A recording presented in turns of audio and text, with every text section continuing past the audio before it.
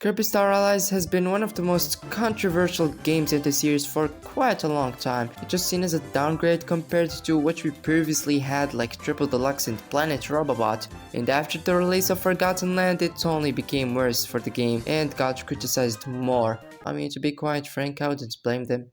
Although it has been harshly hated a lot, it slowly fixed itself little by little and actually turned out into a decent game. But let's start from the beginning to see what made it bad and how it saved itself. The game got released in 2018 for the Nintendo Switch.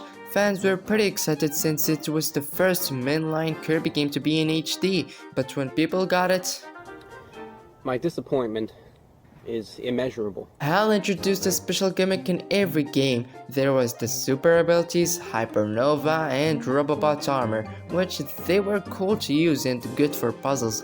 Kirby Star Allies on the other hand introduced the power of friendship. The main mechanic is pretty simple. You throw pink hearts at enemies to make them your friends to help you progress through the stages and solve puzzles.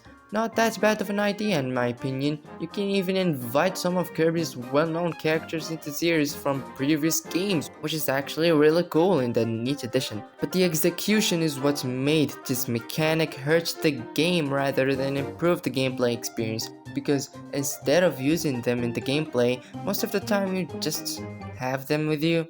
And the places where you're supposed to use them are boring and not interesting at all, especially the puzzles, and they're underused in the main mode. You can however mix elements with certain abilities, but this isn't new since we've already seen this in Kirby's Quick Squad. And some characters have a special move you can use, but they aren't used almost at all in the game. Certain ones are even the exact same special move used by other characters, literally copy and paste. But the highlight of this friendship mechanic is friend abilities, which are honestly really good and creative.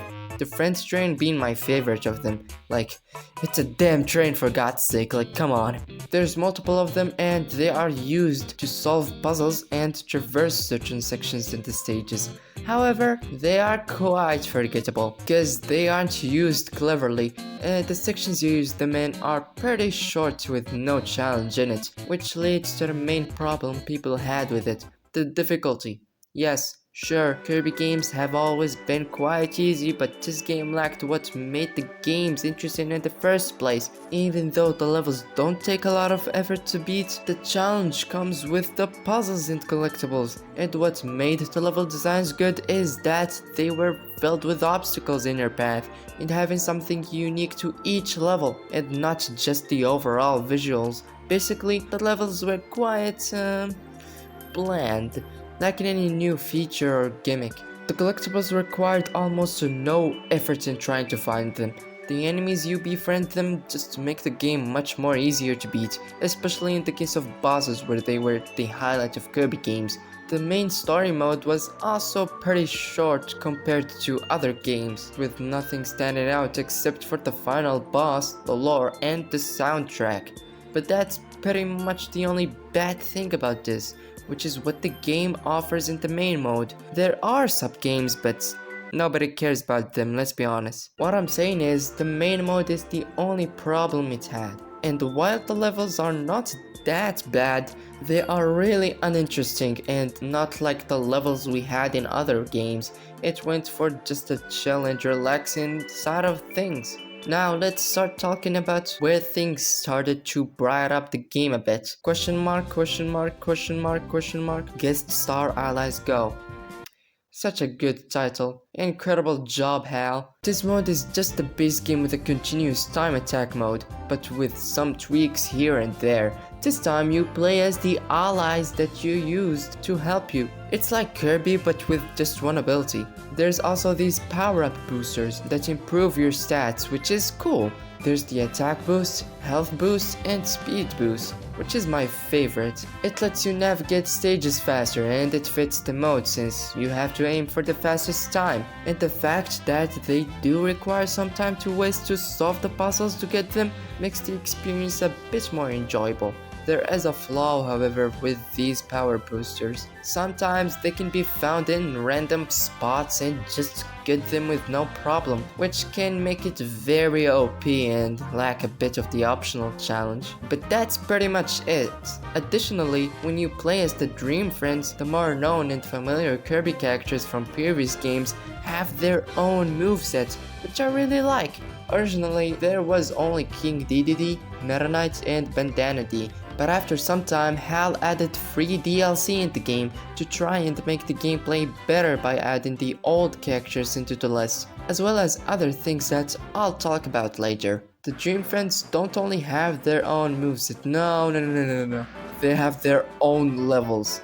Yes, there are extra levels that aren't present in the base game, aka the main story mode, but are only available in this mode, and to be honest, they are actually pretty decent, even having some extra small challenges that aren't that difficult but fun nonetheless. But not only that, some Dream Friends got remixes of levels from their own games. I mean, look at the Magalore one. They even tried to mimic the sections where you go in another dimension called Another Dimension. Really clever name, HAL. And finally, instead of Void being the final boss in here, we got our first introduction of Morphonite, an exclusive boss to this mode, and isn't quickly to beat unlike the rest of the bosses. Even if you have all your stats maxed out, he's still a bit more tough to beat, and his attacks are pretty cool, and I like his design and the idea of a knight based on a butterfly of doom. And the fact that his theme changes based on the Dream Friend you're playing as is good fan service, since they are medleys of old final bosses. This mode is a big step up from the story mode that made the game way better in a lot of ways in my opinion. Even though it's the same levels from the game, they made you speedrun them, which actually made them way better. The true arena version of this game is called the Ultimate Choice, where you can choose its difficulty. There's not much to say about it since it's pretty much what you would expect from the arena. But one thing that'll make me remember this game's arena is by how hard it is. This is by far the hardest arena in the series. The bosses were really easy, but in here, damn. Even if you use the best characters for your team on the hardest difficulty, you'll still have a hard time beating it. And this isn't just an exaggeration, and Kirby looks soulless. This really represents how there won't be any mercy in there. It took me hours to finally beat this true arena. It's really tough if you want to get a 100% completion. Now, the one mode that carried this whole game that I've been waiting to talk about is Heroes in Another Dimension. Just from reading the title, you can already know how good this mode is. This is a post-game mode of the main story. It has 5 levels that are pretty long, where it fixed the base game's problems that people hated about the game.